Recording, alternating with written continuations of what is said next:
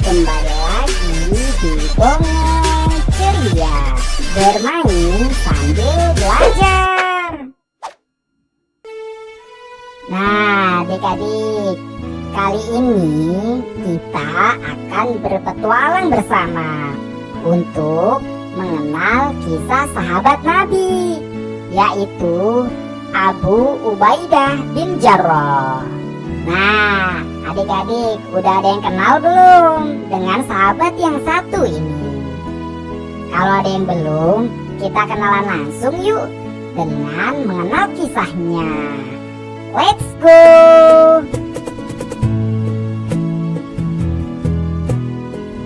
Bernama lengkap Amir ibnu Abdullah bin Al-Jarrah. Namun beliau lebih sering dipanggil dengan nama Abu Ubaidah Al-Jarrah. Beliau berasal dari keluarga bangsawan Quraisy. Jadi sahabat ini ternyata dari kalangan bangsawan ya adik-adik. Jadi dari kalangan orang kaya. Abu Ubaidah termasuk as-sabiqunal awwalun, yaitu golongan pertama yang masuk Islam. Dia termasuk yang memeluk Islam melalui perantara dakwah sahabat Abu Bakar As-Siddiq. Jadi sahabat Abu Ubaidah ini adalah orang yang pertama kali masuk Islam ya, dengan sahabat-sahabat yang lain. Jadi ada beberapa sahabat tuh yang awal-awal masuk Islam. Nah, salah satunya adalah Abu Ubaidah ini.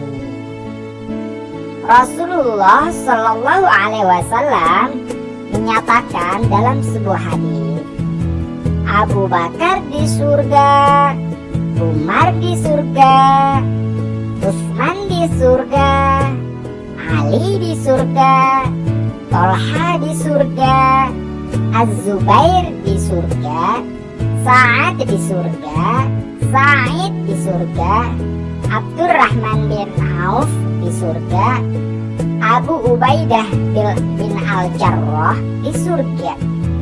Hadis riwayat At-Tirmidzi. Rasulullah Shallallahu Alaihi Wasallam sangat mempercayainya. Beliau pernah mengatakan, bagi suatu kaum ada seseorang yang paling mereka percayai, dan bagi kaum ini adalah Abdullah bin Al-Jarrah. Dia orang yang sangat ramah kepada semua orang. Wajahnya selalu berseri, akhlaknya baik, dan sangat pemalu. Nah adik-adik, walaupun dari kalangan bangsawan, namun sahabat ini tidaklah sombong ya. Beliau baik hati dan selalu ramah kepada semua orang. Namun saat berada di medan perang untuk membela kaum muslimin, tak pernah ada rasa takut di dalam hatinya. Walaupun setiap hari ramah, selalu menyapa orang, namun ketika berperang membela Islam, beliau tidak pernah takut. Yang dia khawatirkan dalam setiap peperangan adalah Rasulullah Shallallahu Alaihi Wasallam terluka. Maka setiap gerak matanya selalu mengikuti gerakan Rasulullah Shallallahu Alaihi Wasallam.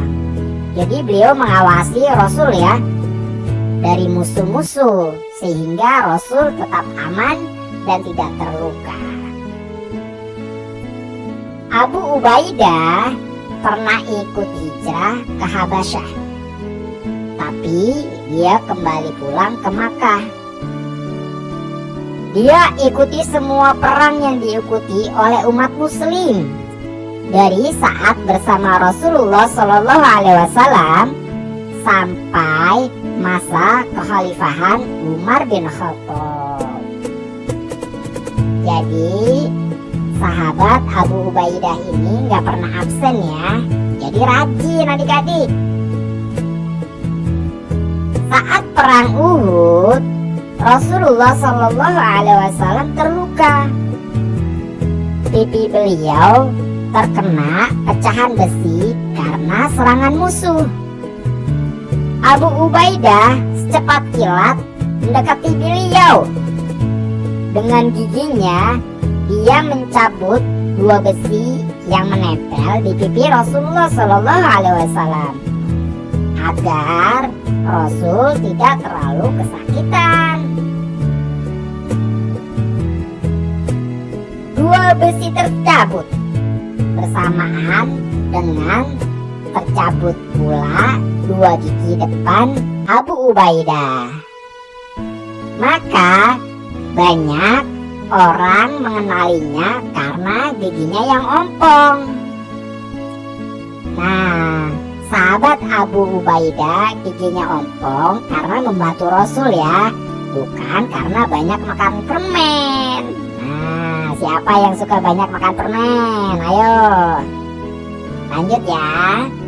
Suatu hari ada utusan dari Najran menghadap Rasulullah Shallallahu Alaihi Wasallam. Mereka minta dikirim utusan untuk mengajarkan tentang agama Islam dan menjadi hakim yang adil untuk mereka. Rasulullah Shallallahu Alaihi Wasallam berjanji akan mengirimkan orang yang terpercaya. Para sahabat sangat berharap merekalah yang diutus. Namun ternyata Rasulullah Shallallahu Alaihi Wasallam justru memilih Abu Ubaidah bin Al-Jarrah. Abu Ubaidah ikut berperang melawan Romawi. Perang itu dipimpin oleh seorang panglima besar yang bernama Khalid bin Walid. Di saat istirahat, seorang utusan Khalifah Umar bin Khattab datang. Utusan itu menyampaikan sebuah surat yang sangat mengagetkan. Abu Ubaidah diangkat menjadi panglima perang, menggantikan Khalid bin Walid. Abu Ubaidah menunggu perang usai. Dia tidak mau mengganggu konsentrasi dan semangat kaum muslimin yang sedang menghadapi perang yang berat.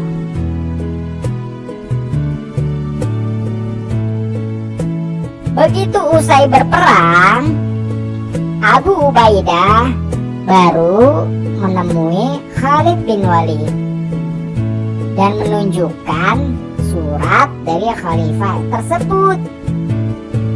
Baik Khalid dan Abu Ubaidah patuh dan taat pada perintah khalifah. Abu Ubaidah pernah menjadi gubernur di negeri Syam, sebuah negara makmur yang telah menjadi wilayah muslim. Beliau memimpin rakyatnya dengan baik. Meskipun memiliki jabatan tinggi, Abu Ubaidah bukanlah orang kaya. Setiap kali memiliki sedikit harta, beliau selalu membagikannya pada rakyat yang membutuhkan. Saat Khalifah Umar bin Khattab mengunjungi rumahnya di Syam, beliau menangis karena Khalifah melihat Abu Ubaidah hanya memiliki sepotong kain lusuh dan sebuah piring besar serta senjata untuk perang.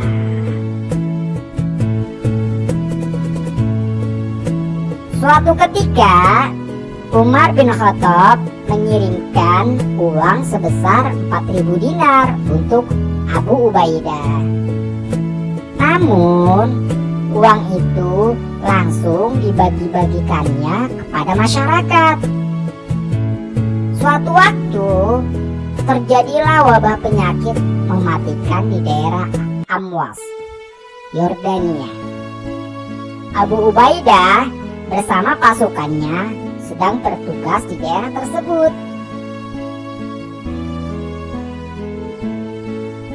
Umar bin Khattab merasa sangat khawatir. Beliau mengirimkan surat kepadanya, "Kembalilah ke Madinah. Aku membutuhkanmu di sini." Abu Ubaidah memahami maksud Khalifah Umar yang tak ingin Abu Ubaidah terkena penyakit. Namun Abu Ubaidah menolak. Baru kali itu dia menolak perintah. "Aku tidak ingin meninggalkan pasukanku di sini. Aku minta izin darimu untuk tetap tinggal." Begitulah salah satu bunyi surat balasan Abu Ubaidah kepada Umar bin Khattab. Umar menangis saat membaca surat tersebut.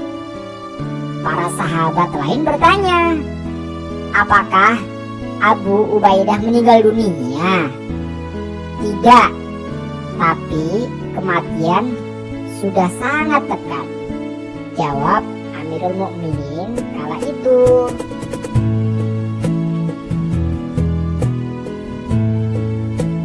Kemudian Amirul Mukminin memerintahkan Abu Ubaidah dan pasukannya untuk pergi ke daerah lain.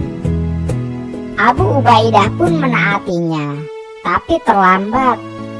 Abu Ubaidah telah terjangkit penyakit itu pada usia 58 tahun. Abu Ubaidah Al-Jarrah meninggal dunia dan dikuburkan di daerah Syam. Beliau menyerahkan kepemimpinan kepada Muaz bin Jabal. Nah, adik-adik, ayo kita teladani sifat amanah dan dermawannya Abu Ubaidah.